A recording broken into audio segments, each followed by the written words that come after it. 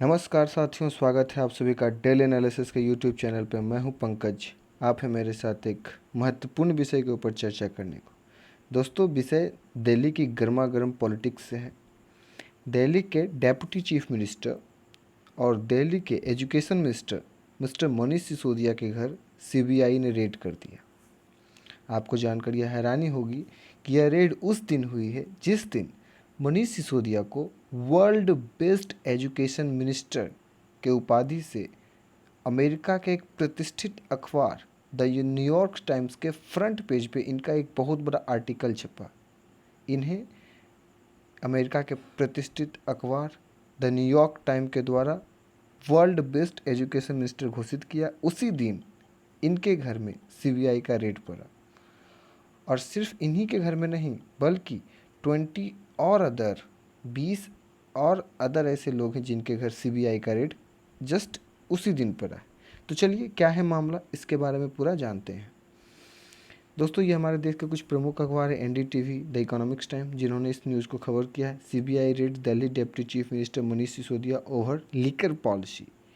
ये देखिए, liquor policy के कारण इनके ऊपर सीबीआई का रेड पड़ा है। क्या है, अगर सीबीआई के बारे में मनीष सिसोदिया के बारे में बात करें, इनके घर में सीबीआई का रेड क्यों पड़ा है, तो इनके बारे में बताया जा रहा है कि allegations of corruption in Delhi excise policy. Delhi में एक एक्साइज पॉलिसी आया था जिनमें इनको दोषी पाया गया है। सीबीआई ने जिसके ऊपर जांच किया और इनके ऊपर एफआईआर दर्ज करके इनके घर में सीबीआई ने रेड किया है। अब इनके साथ साथ 3 और दिल्ली के ऑफिसर हैं और 20 अदर दिल्ली से आउट ऑफ में भी कुछ लोग हैं जिनके घर में सीबीआई का रेड पड़ा है। अब what was new liquor policy of Delhi? आखिर न्यू लीकर पॉलिसी दिल्ली सरकार के जो इंट्रोड्यूस किया गया था वो क्या था? देखिए, 2020 में दिल्ली सरकार कुछ अपने लीकर पॉलिसी में कुछ बदलाव करने के बारे में सोच रही थी और उन्होंने एक प्रपोज़ल बनाया और जिसको उन्हें नवंबर 2021 में एक न्यू लीकर पॉलिसी इंट्रोड्यूस किया अपने दिल्ली में। जिसमें क्या था कि दिल्ली को टोटल 32 जोन में डिवाइड किया गया था और हर एक जोन में 27 वेंडर मीन्स 27 ठेकेदार को ठेका दिया गया था। ये न्यू लीकर पॉलिसी में सबसे बड़ा बात क्या था ना कि जितने सारे सरकारी दुकान थे, मतलब नवंबर 2021 से पहले दिल्ली में जितने सारे शराब के दुकान थे, शराब जितने भी सारे बिक रहे थे, वो सारे सरकारी दुकान पे बिक रहे थे। अब जैसे ही सरकार न्यू लीकर पॉलिसी जो कि नवंबर 2021 में इंट्रोड्यूस की, उसमें क्या की, जितने सारे सरकारी दुकान थे सबको बंद कर करके सब प्राइवेट ठेकेदारों को ठेका दे दी। और ठेका देने का ये किस तरह से डिवाइड किया कि पूरे दिल्ली को इन्होंने 32 जोन में 32 जोन में डिवाइड किया और ईच जोन मतलब हर एक जोन में 27 वेंडर को अपॉइंट की। अब सरकारी दुकानें तो पूरी तरह से बंद हो गई, सिर्फ जो प्राइवेट लोग थे, प्राइवेट दुकान थी, वही अब लीकर को बेचना स्टार्ट की। और हर एक म्यूनसिपल कॉरपोरेशन में 2 से 3 वेंडर थे। उनके पास 2 से 3 वेंडर थे हर एक म्यूनसिपल में जो भी दिल्ली में थे। अब इसके पीछे इंटेंशन क्या था? दिल्ली सरकार न्यू लीकर पॉलिसी को लाई क्यों थी? पुराना लीकर पॉलिसी में क्या गड़बड़ी था? तो सबसे बड़ा जो बात था न्यू लीकर पॉलिसी को इंट्रोड्यूस करने में, पैसा। आपको जानकर यह हैरानी होगी कि अगर दिल्ली सरकार 100 रुपया कमाती है, 100 रुपया का टैक्स अगर उसे मिलता है, तो 100 रुपया में से 14 रुपया मीन्स उसका जो 100 रुपया अगर दिल्ली सरकार को टैक्स आता है, तो 100 रुपया में 14 रुपया जो उसको टैक्स आता है वो लीकर से आता है। दारू बेच के सरकार कमाती है 14 रुपया। सोच लीजिए आप, कितना बड़ा धंधा, कितना बड़ा ये दारू से उनको टैक्स मिलता है।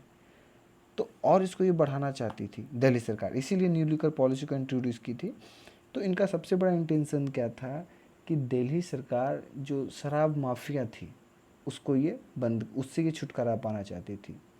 अभी शराब माफिया क्या होता है दिल्ली में, तो बिहार के जैसा शराबबंदी है नहीं, तो वहाँ शराब माफिया कैसे आ गया? तो वहाँ शराब माफिया क्या है कि आपको पता है कि दिल्ली क्या करती है, हरियाणा से बॉर्डर शेयर करती है और हरियाणा में दिल्ली के तुलनात्मक कम दाम में शराब बेचती है। तो भाई साहब, जहाँ कम दाम में शराब मिलेगी वहीं ना लोग ज़्यादा शराब पियेंगे। तो कुछ लोग क्या करते थे दिल्ली के, वो हरियाणा से शराब उठाते थे और दिल्ली में जाके बेचते थे कम दामों में। जिससे क्या होता था कि हरियाणा सरकार को तो फ़ायदा होती थी, लेकिन दिल्ली सरकार को बहुत ज़्यादा घाटा हो रहा था।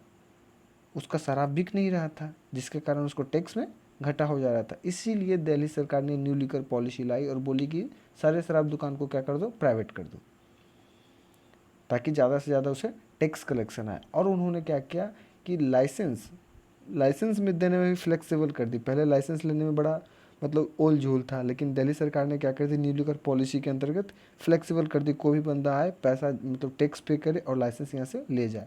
और इसका फ़ायदा क्या हुआ, दिल्ली सरकार ने नवंबर 2021 के बाद से उनके शराब का जो सेलिंग है खतरनाक, उनके मतलब सेलिंग होने लगा।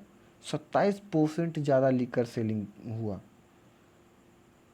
इसका कारण ये भी था, आपको पता होना चाहिए 27% कितना हुआ। आपको बता दें कि दिल्ली सरकार उस साल शराब बेच कर लगभग 90,000 करोड़ रुपया, 89,000 करोड़ रुपया उन्होंने कलेक्ट किया था।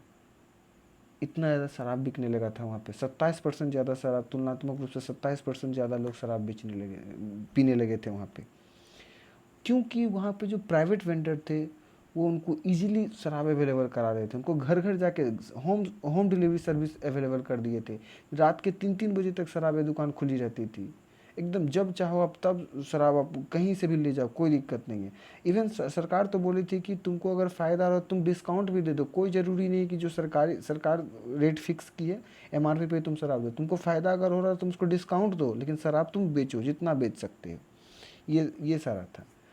अब आखिर सरकार ने न्यू लिकर पॉलिसी को विड्रॉ कर ली क्यों? 30 जुलाई का बात बता रहे हैं आपको। 30 जो कि जुलाई क्या बोलते हैं नवंबर 2021 में ये इसको इंट्रोड्यूस की थी और 30 जुलाई 2022 को ये क्या कर ली, विड्रॉ कर ली। आखिर क्या बात हुआ? तो दिक्कत ये था कि मनीष सिसोदिया जो कि वहाँ के डिप्टी चीफ मिनिस्टर हैं और एजुकेशन मिनिस्टर हैं, उन्होंने ये जो न्यू लिकर पॉलिसी लाई थी वो दिल्ली के जो उपराज्यपाल हैं उनसे बिना अनुमति के ला दिए थे। आपको पता है कि दिल्ली एक केंद्र शासित प्रदेश है, तो अकॉर्डिंग टू कॉन्स्टिट्यूशंस वहाँ के कुछ पिनल कोड हैं, कुछ रूल और रेगुलेशंस हैं, उसके अकॉर्डिंग क्या है कि जो भी न्यू पॉलिसी बनेंगे उससे क्या होगा, केंद्र सरकार से परमिशन लेना होगा।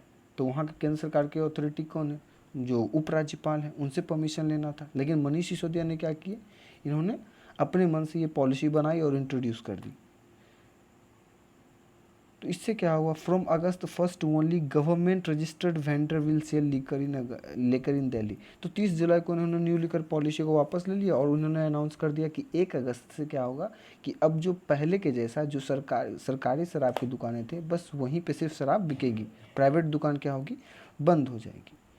अब एक रिपोर्ट सबमिट किया गया लेफ्टिनेंट जनरल के पास, उपराज्यपाल के पास, जिसमें ये बताया गया कि मनीष सिसोदिया लगभग 1100 करोड़ रुपया का उनके ऊपर उन्होंने क्या किया, घोटाला किया है।